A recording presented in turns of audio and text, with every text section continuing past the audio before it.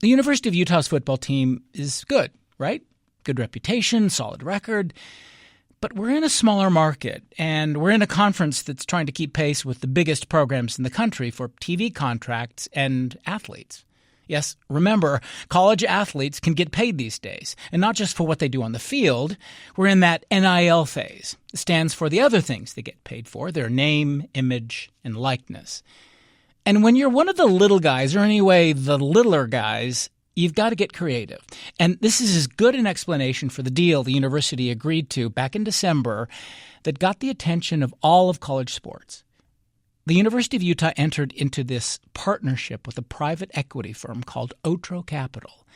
And under the arrangement, Otro would invest millions into the program in exchange for a cut of concessions and ticketing, licensing, things like that. It's an ownership stake for this so-called for-profit business to make money off university sports. And Matt Baker of The Athletic, that's the New York Times sports site, described it as the clearest window yet into a complex model that is changing college sports. This week, Baker explained to us how we got to this point. The backstory for this goes back years and years and years. Schools make a lot of money from football and men's basketball. And the question is, how should players be compensated, if at all? This is where collegiate sports should be. What are the benefits that players should get? They should be reimbursed for that. And I was the first NCAA president to sort of... What are extra benefits they should not get? If the highest bidder gets the best players, no more St. Peter's. No more Green Bay beating Cal back with Jeff Norton. It's wild to think about where we are now, but you go back far enough, there was a big debate and punishments over whether athletes could get cream cheese on bagels and if that was like a meal.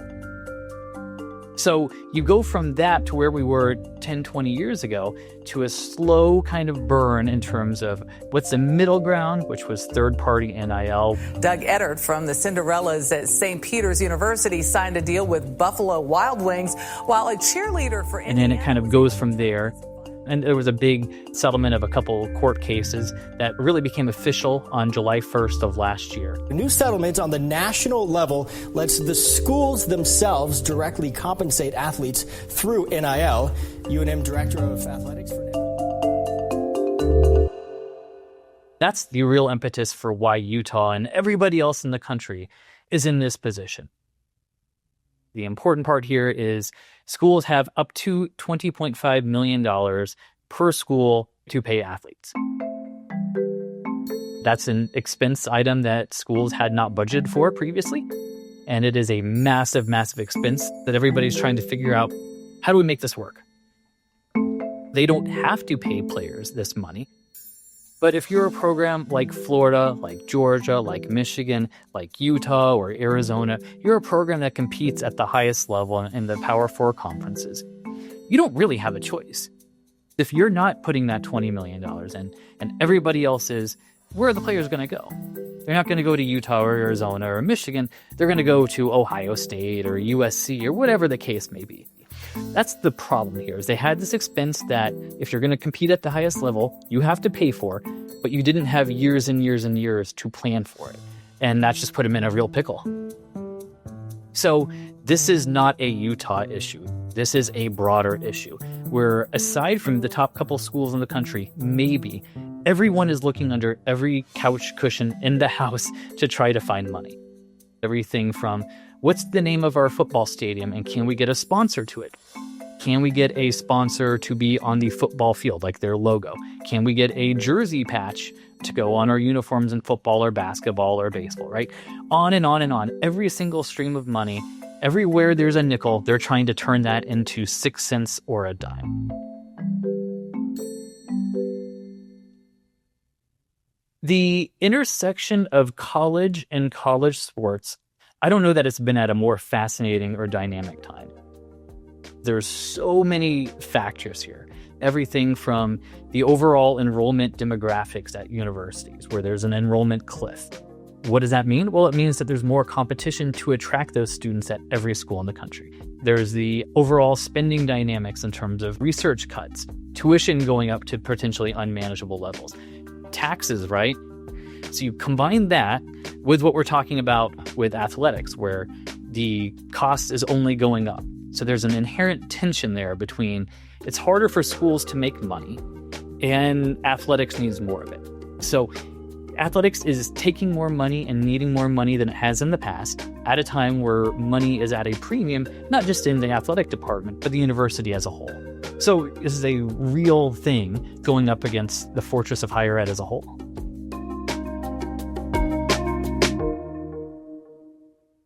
This is Radio West. I'm Doug Fabrizio. Today in the program, we're talking about the university's private equity deal and how it could change college sports. Let's get back to Matt Baker of The Athletic. He says, what the U is doing is so far the biggest step the sport has taken into this kind of investment. We still haven't seen kind of the finalized terms. I don't know if we ever will or if that thing will ever become public. But the general idea is that Utah is forming its own kind of company, an own entity under the fundraising arm. And what will happen is Otro, which is a private equity firm, they're going to have a stake in it. They're going to pay a significant amount of money to have a role in it. And there will be other parts from the university in it as well. And they will end up splitting the revenue and the kind of decision-making process in some way, shape, or form. Utah, the university is going to have kind of the majority stake and presumably the majority revenue and everything in all of this. But the devil's going to be in the details there. What are all these revenue streams that go into it? How is it factored out? Where, Otro's not doing this for free. They're not doing this as a charity. They're doing it to make money. So the idea is that by having this private equity group come in, Otro is going to streamline things in a way that a university typically cannot.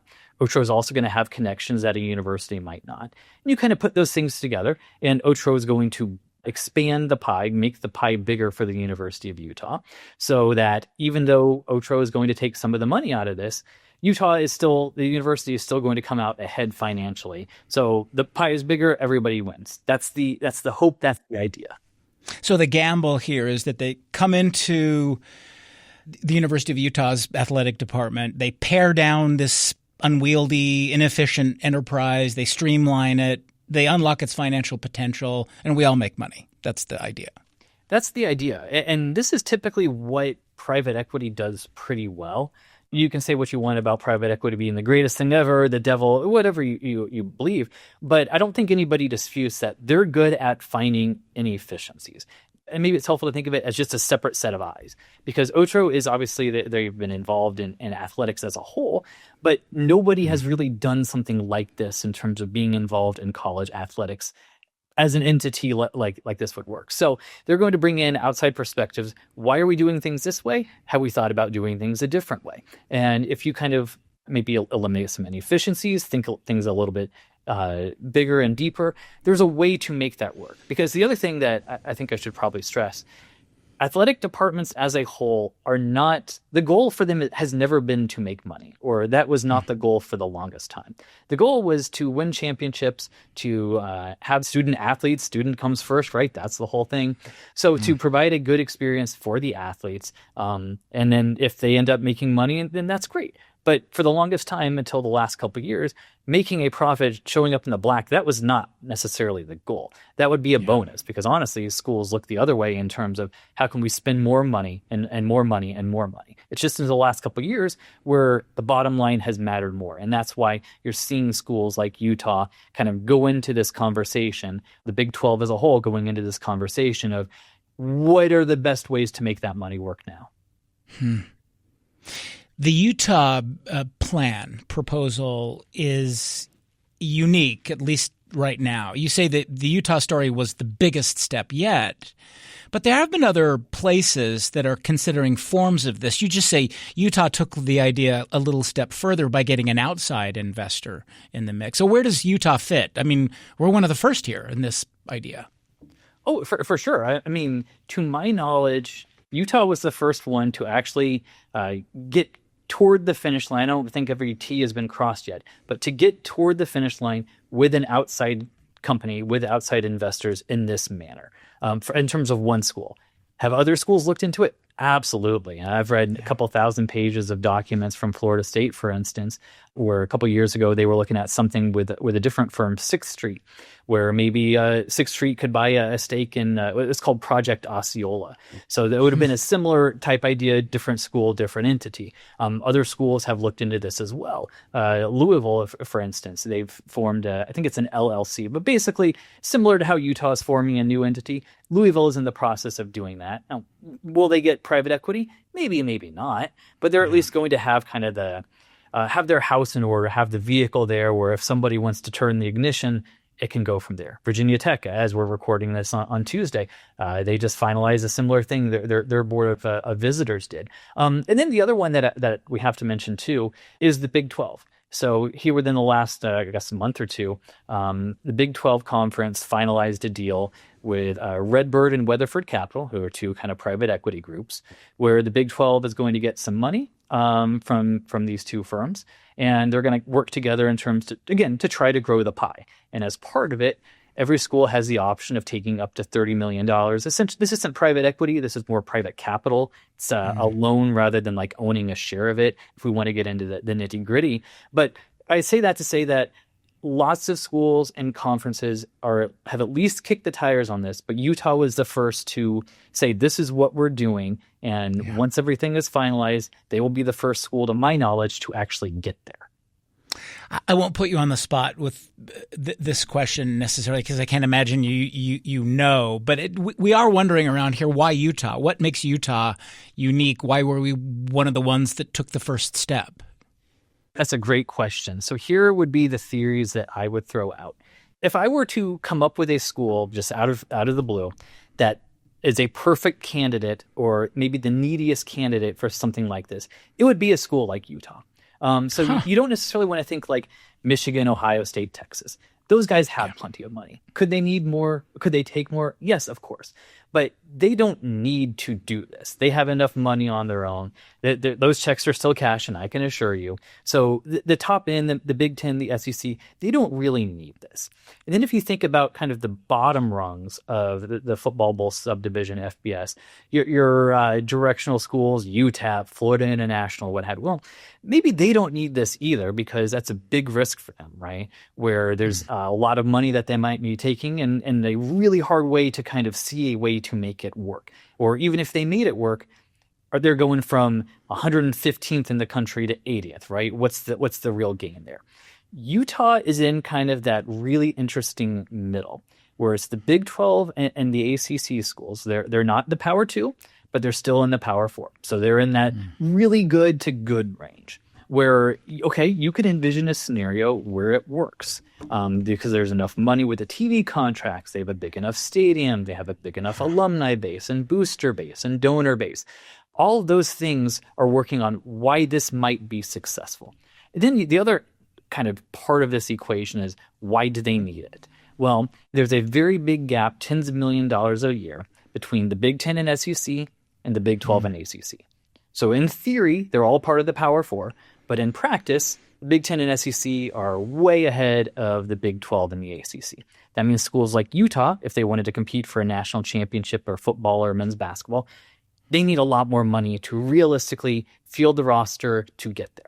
So that's why this is part of the equation. This is a way for them to help close that gap, or completely close that gap, with the Michigans and Ohio States and Texas, if it works out.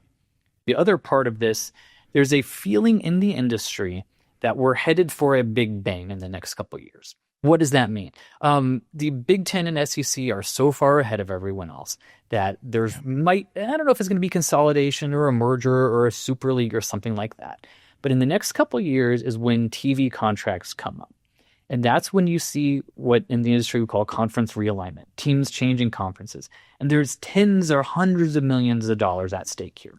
And the fear from a lot of people like a Utah, or kind of in that bucket of schools, and even some beneath it, is if we don't put all of our eggs in this basket now, if we don't go as hard as we can, as fast as we can, and then next round of realignment, whatever happens, we're going to get left behind. And if we're left behind, that ship might leave for good. So there's a major, major, major push to try to get as good as you can, as fast as you can, close the gap financially right now, so you can sprint for the next couple of years to whatever it's going to be, and put yourself in the best position possible to have a shot at whatever the next big league is. Do you have a sense of who does what? So the university owns part, Otro Capital owns part. Otro Capital does the ticketing, the NIL deals. The university, they are still going to hire and fire the coaches, apparently. But the reason I ask is because it seems like this idea of who's really in control, and when push comes to shove, who's going to be in control over money. This is a question that was posed by Utah State Auditor recently. She wrote this letter where one of the things she worried about, outside of just whether this model pencils out, is in the end who actually has control. What do we know early on about that? That is a great question. And whatever it says in the term sheet and the contract will be one thing, because yes, I think that it will show that Utah has control. But do they really? That's an unanswerable open question right now. So I'll give you a different example. I was talking with an athletic director years ago, and if you look at a lot of the major programs in the country, they have an endowed head coaching position. The Matt Baker head football coach at school X, right? Okay, right. So think about what that means. The athletic director, okay, our football coach, he's not winning enough, but is he losing enough to fire him? That's the question. Who makes that decision? Is it the athletic director, who it's literally his job to make it, or is it me, Matt Baker, because my name is endowed on the football coach, right? It's the Matt Baker football coach. So what happens in that dynamic? That's the same idea as what happens in this situation where Otro is going to be a partner in this, but they've got a lot of money in it. They've got a lot of skin in this game. If there's a 50-50 call, do we fire this coach and bring in somebody else? How much decision do they have? Another kind of thing to think about there, just on a different level, what about some of the non-revenue sports? In an athletic department, generally speaking, football and men's basketball are profitable. Every other sport loses money. There are a couple exceptions, but generally speaking, every other sport loses money. So if things are getting tough financially, let's say this isn't penciling out or this isn't working the way that people expected it to, then what? Is it going to be a situation where the private equity group comes in and says, hey, why do we need the Tiddlywinks team? Right? Like those are going to be real conversations and real things that you could absolutely see happening. And how is it actually going to work? And nobody knows because nobody's done this before at this level. I think that one of the things you've mentioned already, and you say this in your reporting, private equity groups don't get into partnerships to lose money. So they know there are going to be risks, but they do it because there are rewards. Do you have any sense, how lucrative could this be? How much money is there to be made, do you figure, with all of this? I mean, that's a great question. But I mean, if you figure, let's say it's a $500 million, $500 million that Otro might be putting in, according to some reporting, not mine, but some others in the industry. I mean, certainly you're talking tens of millions of dollars over the course of it, right? Otherwise, it wouldn't be worth it. It wouldn't be worth their time. So again, the question is, what happens if that isn't working? Because certainly one of the concerns, I mentioned this earlier, but lots of schools and conferences have looked into this. Most of them, or all of them, just about all of them, have said no so far, and the biggest reason is that you give up a lot. You give up a lot of control, or you give up a lot of money. So I could see a situation where this works well. I could also see situations where this doesn't work well. But certainly from Otro's perspective, they see college sports as a whole as kind of going on a I mean, I don't know if booming is right, but I'll put it this way. A lot of people in the industry think college sports has been undervalued. To go on a tangent here, if you look at TV ratings for college football and then you compare it to the NBA, college football does better than the NBA, but the NBA's TV contract is much more lucrative than the money in college football. So eventually that type of thing might correct, in which case you're talking about college sports as a whole making hundreds of millions of dollars more per year. You kind of factor all that stuff in. The growth in women's sports is another one. You could see the situation where it's on the boomerang's kind of going up here, in which case Otro could be ahead of the curve by getting this deal done early and making a good amount of money from it in a way that could help Utah. Matt Baker, he covers college sports for The Athletic. We have a link to his reporting on our website, radiowest.org. We'll take a break, come back in a moment. You're listening to Radio West.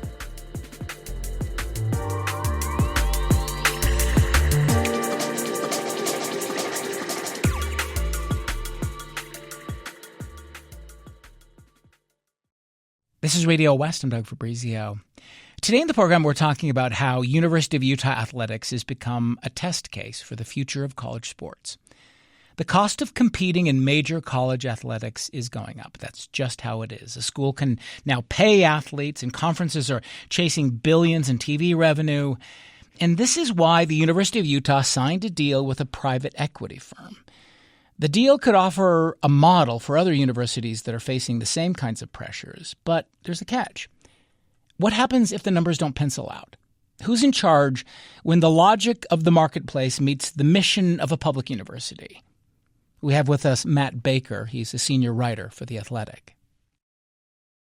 I want to come back to something you were mentioning before, and that is the question of what these efficiencies are going to mean for the larger question of college sports. Something you've written about is that stereotype of private equity. The idea for these, rich investors to buy a business that they don't have any real connection to, or certainly no emotional investment. And they go in, they, drastically cut costs. They fire these longstanding employees, and then they just sell that depleted but more efficient product for a profit. That's what people are worried about, it sounds like. I mean, we had layoffs, for example, that's been reported within the athletic department as a result of this arrangement. The question is whether they'll be rehired, by Otro Capital, but looks like some won't be. And so I just wonder what you make of that larger question about the mix of, a university that's not thought of as this profit-making venture and a private equity firm. There's an inherent tension to it, right? I mean, there just is. And believe me, I spent my career in newspapers till I got to The Athletic. I am well aware of the private equity reputation, okay? Like, I get it. I saw friends go through that. So I understand that slash and burn stereotype, and I understand the idea that there is at least some truth behind it. But it is also not everybody. If you look at situations where private equity can work, I think college sports checks a lot of those boxes.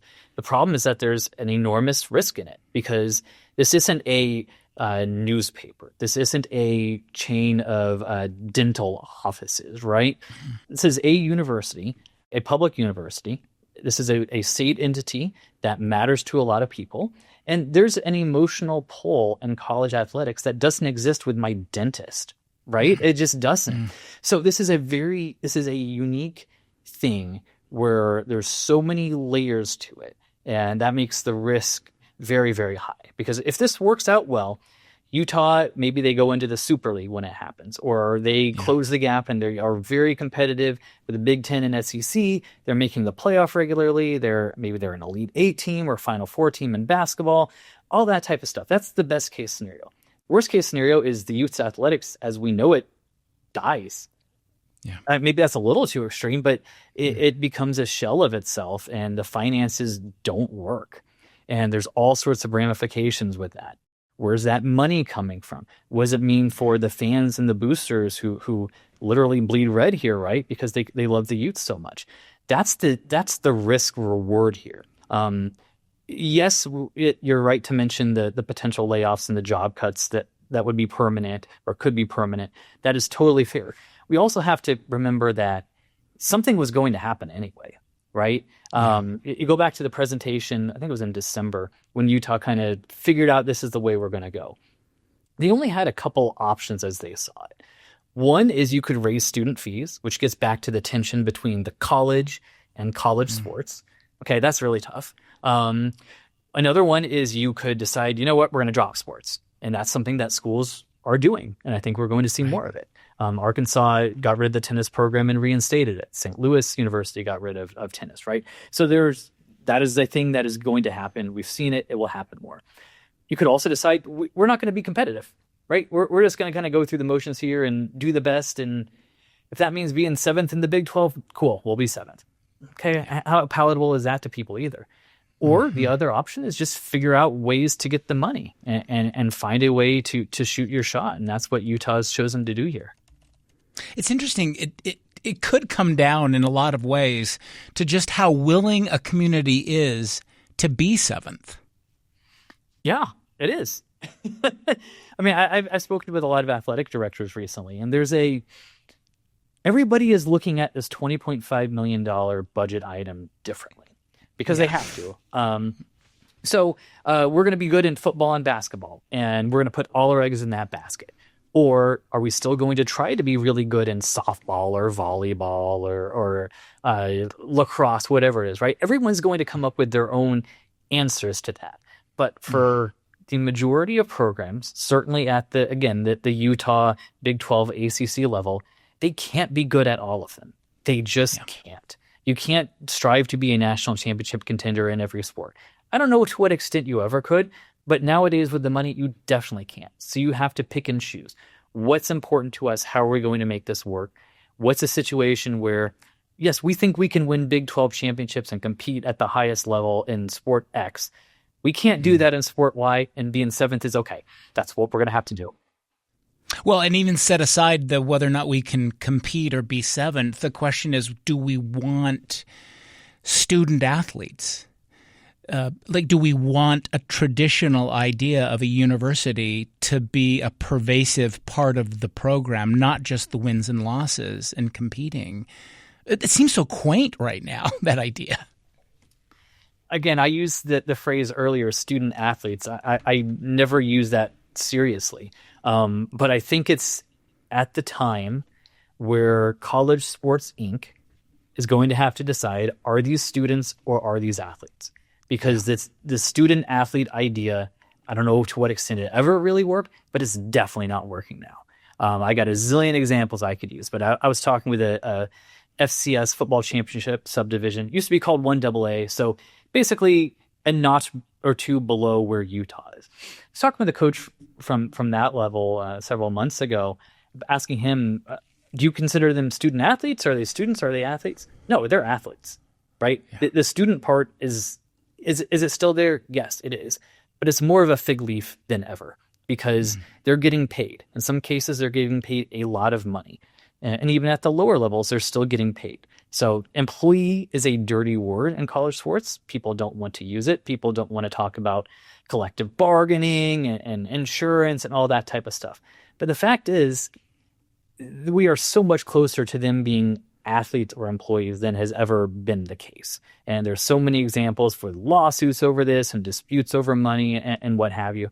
I mean, shoot, at a lot of programs, you've got athletes getting paid more than university presidents, let alone the provost and the biology professor and that sort of thing. Right. So there has to be a conversation on what are we doing here? What is our end game in terms of this? Because I don't know that this tension can go on forever, Doug. I really don't.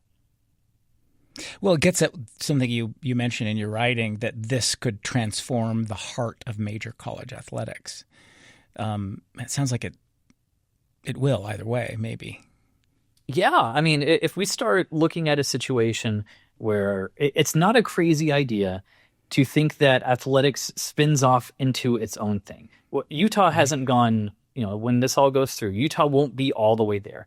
But you can envision a scenario where basically the idea of the University of Utah athletics, well, it's not university. We're not part of the University of Utah anymore. We can use the logo, right? We're licensing it. We're licensing the colors or what have you. But we are Utes LLC, and we are a different entity. You see that there's a couple schools that are kind of in that ballpark.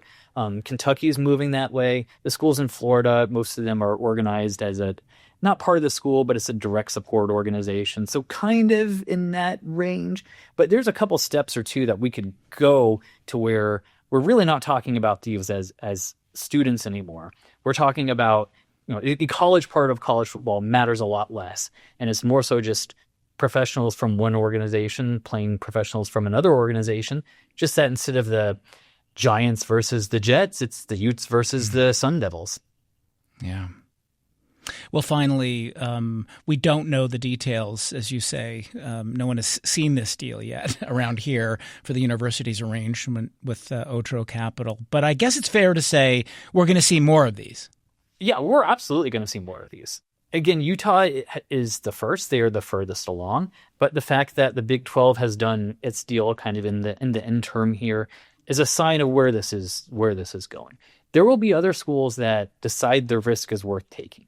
Because again, if I don't win at a high level now, I might get left behind for good. And let's just to reiterate, there aren't a lot of great options for schools. You can't, a school like Utah, maybe their budget's $130 million. I don't have it in front of me. But even the top schools, we're talking $200 million in terms of what they make. So 10% of that, you got to figure out right now. That's really hard to do because it's 20.5 now, and then it goes up next year. And then it's the next year, right? So this is a recurring expense. You could maybe find a way to nickel and dime it for a year. But long term, you have to figure out, how are we going to make this work? Yes, you can raise student fees, but how palatable is that and for how long? You can take some money from the institutions. A lot of schools in Florida are doing that in terms of like bookstore money, parking money, auxiliary things like that. Okay, you can do that for a little bit. Can you do that year after year after year? You can add some sponsors, but is it going to close the gap entirely? At some point, you got to do something radical or something's going to have to give here. That's why Utah went this route. They were the first, but I certainly don't think they're going to be the last. Matt Baker, thank you very much. Thanks for having me. Matt Baker, he's a senior writer for The Athletic. We have a link to his reporting on our website, RadioWest.org. We'll take another break, come back in a moment. You're listening to Radio West.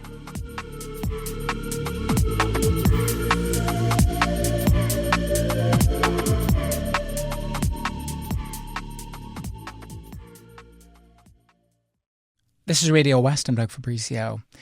Today in the program, we're talking about how college sports is changing and how the University of Utah has become part of that change. The university's athletic department is signed to deal with a private equity firm. One official called it the difference between surviving and thriving. But the university is not a commercial enterprise. There's another layer of scrutiny that's supposed to play out here, which brings us to the state auditor, Tina Cannon. In a letter she sent to the university last month, Cannon reminded them the school is a public asset, which she says means the public has the right to understand the plan behind a deal like this. And from what she's seen so far, she's worried. We talked this week with Jason Patacchio. He covers sports at the University of Utah for the Salt Lake Tribune. Tell us, Jason, what university sports officials are saying about the stakes. The question is, why did the U do this? Yeah. The financial officer for the U says the difference between doing the deal was the difference between surviving and thriving. Why did the U do this? Yeah, I think it just kind of outlines the landscape of college sports as we kind of know it. Obviously, since 2021, NIL has played a big part. Mm-hmm. You've seen the NIL numbers for football rosters, even basketball rosters. In some cases, women's basketball rosters as well kind of balloon. Yeah. And so hundreds of thousands, if not millions. Right. And then in 23 or 24, the House settlement starts getting traction, which essentially allows programs to share revenue with athletes. And that's essentially a $20.5 million bill. And you have to maximize on that if you want to be competitive in the college landscape. And so the U's really in this space now where they don't have the massive Big Ten or SEC contracts that a lot of programs have. They're in the Big 12. Yeah. They wouldn't say this publicly, but there's an aspiration to get into the Big Ten. You're an AAU university. You kind of are the flagship university in Utah, or at least it's viewed that way. But you also have a competitor now down south that has been a rival for such a long time that's spending millions, and they're a private institution. There's just a lot of pressure to pay players, to max out that revenue sharing total, to also renovate your facilities. And I think Utah specifically feels that pressure because of the Olympics coming, and so Every program is racing to spend as much money as they can, essentially, to be competitive. And so that's a big piece of it. And places like Utah in the Big 12 and the ACC, they're draining money, essentially, and running on deficits to stay competitive in that space. So explain why Utah is the sort of the guinea pig for this experiment, as far as you can tell, because this is unique. I mean, Utah is the first one to sort of, at least in this particular scheme, to jump. Right. Why do you figure? I think Utah has always tried to be innovative and forward-thinking in what they do. And I think there's a multitude of factors there. Again, I go back to BYU spending a lot of money. That's a major factor, it sounds like. Yeah. I don't think Utah would tell you this. I don't think BYU would tell you this, but there's a real pressure there to kind of be better than your rival. Utah wants to be part of the Super League whenever that happens. Yeah. I think the contracts expire in 2030, so you essentially have to best position yourself in the next maybe 4 years to essentially, be as competitive financially, win in football. And they've had football success. I mean, they went 11-2 last year. Yeah. They, more recent or less recently, the Pac-12 championships. But you have to maintain that. There's a lot of recency bias, it seems like, in the NCAA. And so, what have you done for me lately? Right. Yeah. And so it's like, you want to make the college football playoff. And so there's that pressure there. And if you don't make it to that Super League, then essentially you lose money long term. You're missing out on a massive TV contract. You're essentially what they paint it to be, a minor league of college football. And football pays for everything. Yeah. It's that way across the nation. So what have you noticed about the reaction from Utahns, Utah fans in particular? Yeah. One of the things that comes up in the conversation, we'll talk about this a little bit later, is how this could change the heart of college athletics. Yep. So what are you hearing from Ute fans about all of this? I think it's kind of a mixed bag.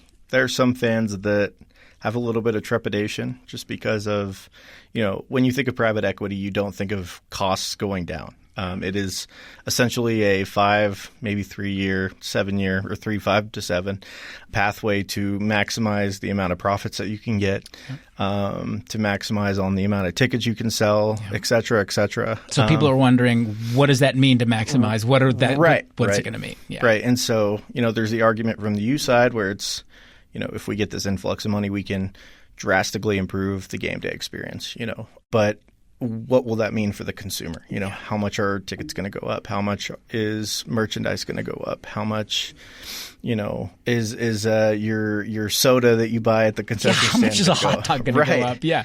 So it seems like these questions are still, because it's early on, these things are very much up in the air right now. 100%. Yeah. And I think fans are kind of watching and waiting. Obviously, if you're a fan of an institution and you know that you have to spend money essentially to be competitive, you're sort of like, okay, I'll take this in the short term, but there's also the kind of, it's like, oh wait, let me pause here. What does this mean for me?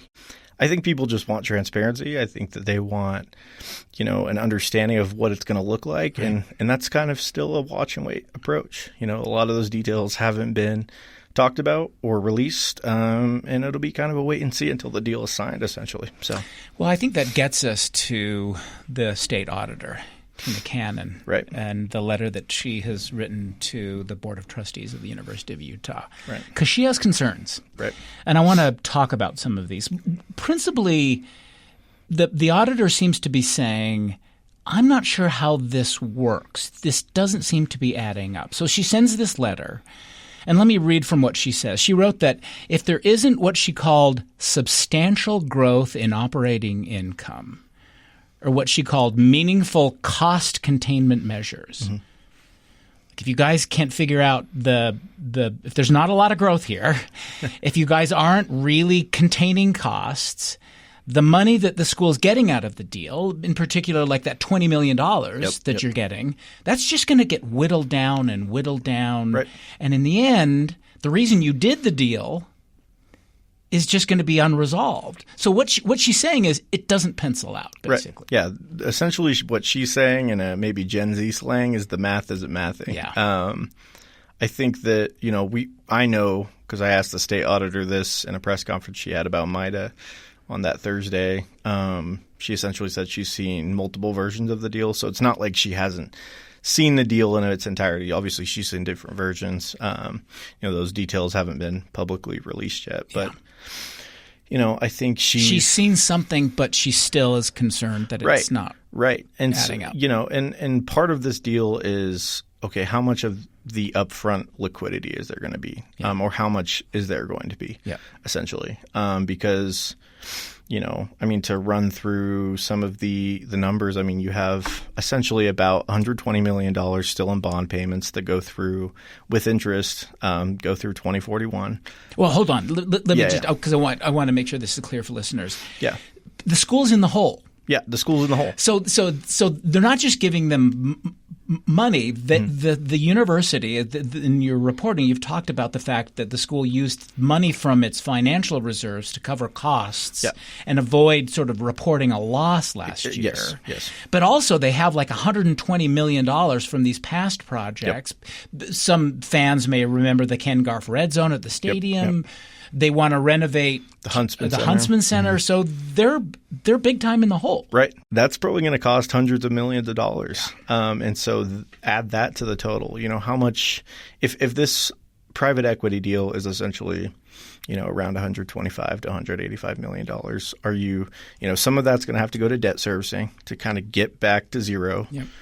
How much of that is going to be used for revenue sharing the next 3 to 4 years, because that adds up. That's $20.5 million, and that rolls over soon. Like, according to the terms of the House settlement, like that number goes up. I'm not aware specifically of what that is, but I think it's like 20.5 or 21.5 and then 22.5. And so the number increases essentially. And Utah isn't in a position, from what they've said, to not pay that. You have to have the money essentially. And so she's saying there's not, and this is how she put it in the letter, there's not an operational vehicle that the money coming from Otro Capital isn't going to be enough to stay above water, basically, is what she's saying. The other thing that she's saying I wanted to ask you about, she raised this really important question about who's actually in control. When push comes to shove, who gets the say? Because here's what she wrote. She said this was intentionally structured and created in a manner that is not legally controlled by the university. Right. What do you know about that? Yeah, it's kind of the clash between the institution of college education and what it stands for, transparency, being public. Now you're essentially throwing a curveball at that ideology with hundreds of $1 million private equity deal, and you're essentially privatizing portions of your athletic department. That's ticketing, that's fan experience, that is marketing, in a lot of ways social media positions. And so you're taking essentially a branch of the governing body of the athletic department that makes money, generates revenue, and privatizing it and handing off a lot of the control to Otro Capital as part of the deal. And per the terms of the deal, I haven't seen it myself, but, based off of what I've heard from different sources, there is a institutional mechanism. I wouldn't, maybe not even institutional, but there is a mechanism from the LLC where you have, a board of directors where, Utah has control over those decisions. Essentially, per the terms of the deal, they can still make coaching decisions. And so I see the use argument in the sense of like we still have control over what matters is their argument. But to Auditor Cannon's, recommendations, they are privatizing the athletic department essentially. And that's brand new. Nobody's ever done it.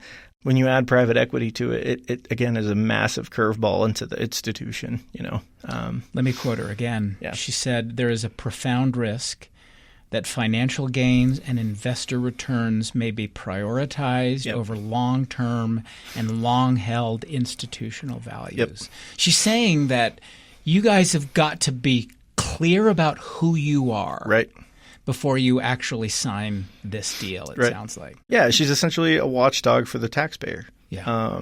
If this deal fails, essentially who's going to be on the hook? Well, I guess that leads to, I think, a really important question. Why do we care what the state auditor says? And So the state has to sign off on this thing, right? Because she described – because I think that's a question which is really interesting. She says – and I think she said this in response to a question you put to her in that news conference. She said, yes, this is a public asset. Yep. And it is. So do taxpayers have a say in whether or not the University of Utah's athletic department enters into this agreement and an arrangement with a private equity firm? Right. I would say no. Because essentially the Board of Trustees has already in December approved it. So it is in motion. Yeah. And there's not going to be taxpayers in the room voting, raising their hands like nay or yay on whether or not the deal gets passed. Like this is happening in private doors. And so essentially the deal is going to happen. It's in process. And nobody really has a say but the University of Utah or Otro Capital in this scenario. You say you haven't seen the arrangement, but if this is a public asset, why haven't you seen it? Why haven't I seen it? Yeah, I think that's a question that Auditor Gannon is asking. She wants, to my knowledge, I don't think that the U or Otro Capital wants to make the terms of the deal public or just the deal itself. Yeah. I've had a grammar request that was denied, essentially saying that, I can't access the contract because it's not public. And I think Tina Cannon is kind of arguing against that. She's saying, no, there has to be a level of transparency. The terms of the deal deserve to be, out there in public. And so, there is a clash there. So let's get to the latest in the story because, as you said, this deal is clearly going through, even though it's not finalized, because the university athletic department is already engaged in these layoffs. Mm-hmm. What happened? This was expected to happen. They had said we're going to be moving over portions of our athletic department into this LLC. So what it means is we have to fire some and let them reapply. Yes, basically. Essentially. Okay. But I asked the university, does this mean that everybody in those positions is essentially guaranteed to be rehired? And they didn't comment on it. But I wouldn't put it past a private equity company or just this LLC. There might be people that lose their jobs. I can't guarantee that. I can't say that to be fact fully.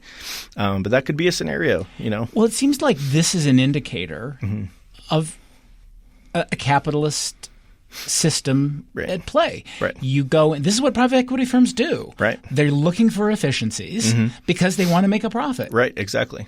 And so if you can cut the workforce down by 20 people, you can raise prices essentially. That's a reality of private equity. That's the landscape. That's just fact. I would assume that a large amount do get hired back. But what does that look like? It's kind of an open-ended question at this point. So it's a TBD at this point. Well, it leads me to my sort of final question, I guess. That is, this is all to be determined. Yep. But I want to ask anyway, even though it may require you to sort of not speculate, but imagine. One of the questions is, how is all of this going to change the experience of watching the University of Utah athletics? Yeah. Will fans notice? Will boosters notice? And what about the athletes who aren't in the major sports? Right. How will they be affected? Is all of that to be determined? Is all of that up in the air in some way? Yeah, I think so. I mean, I think if you're an athlete, particularly for football or just men's basketball or maybe even women's gymnastics or women's basketball, you're just worried about, can I get paid to the max of my ability? Maybe not gymnastics or women's basketball, but a lot of these football players, it's like, okay, if I get paid, how much can I maximize on that? Yeah. A lot of these guys have agents now, but I think the people that are mainly going to be impacted are the fans and the consumers. I go back to that, Does this mean that your season tickets are going to go up $1,000? Or, does this mean that that hot dog that you buy is going to be $5 more? Just throwing numbers out there. I don't, have any experience in university economics or anything of that nature, nor do I claim to be. But, essentially, if you're privatizing the athletic department and the promise is the experience is going to be so good that we're justifying this increase in tickets or et cetera. So that's kind of the seesaw affair, Is the experience going to get that much better? We'll wait and see. will the money be enough to improve that experience essentially too? I think that's part of the argument that the auditor is making as well. So I think that's what it comes down to. Jason, thanks. Of course. Thank you. Jason Patacchio. He covers sports at the University of Utah for the Salt Lake Tribune. You can find a link to his work on our website, radiowest.org. Radio West is a production of KUER. You can subscribe to the show wherever you get your podcasts. We're on Instagram at Radio West. We're on YouTube at KUER 90.1. Or you can email us, radiowest@kuer.org. Our intern is Aidan Oneida. The program produced by Benjamin Bombard and Tim Slover. I'm Doug Fabrizio.